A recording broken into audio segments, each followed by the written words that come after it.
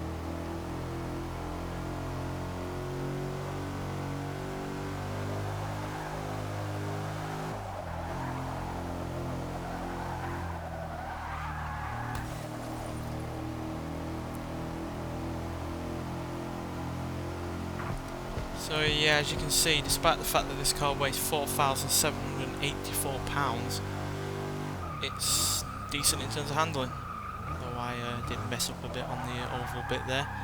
It's yeah, still good in terms of handling.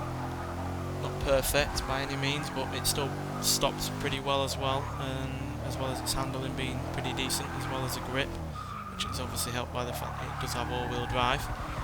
But yeah, despite that weight, performance is still really, really good.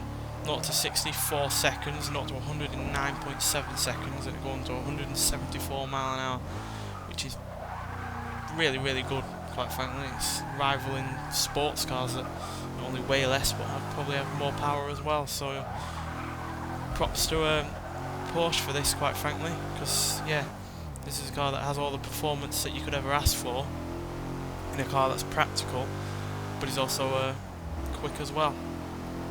So yeah, it's pretty damn good. Though it isn't my favourite SUV that has performance going for it.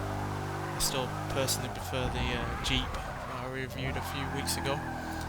Yeah, there's no doubting that this was the benchmark at the time and was an innovator, because no SUVs at the time when this was released originally in 2002 were quick and decent in terms of handling, and any that were in terms of performance were sure as hell not good in terms of handling. I can only think of the likes of the Ford SVT Lightning, maybe. But that's more of a pickup, and that never has handled or never will handle as good as this.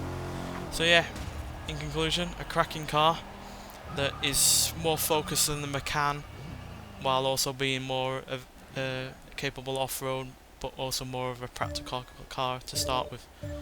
And despite the fact that the looks still haven't improved, because I think that back has quite frankly got worse, it's still a good car nonetheless. A good car to drive and a good car to actually no doubt own, as long as you don't look at it. Anyway, thanks for watching, and I'll see you in the next one.